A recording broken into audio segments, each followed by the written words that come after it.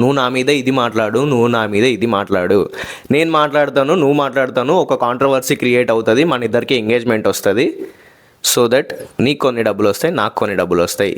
ఇక్కడ చూసేవాళ్ళు మీరు, మీ టైము బొక్క.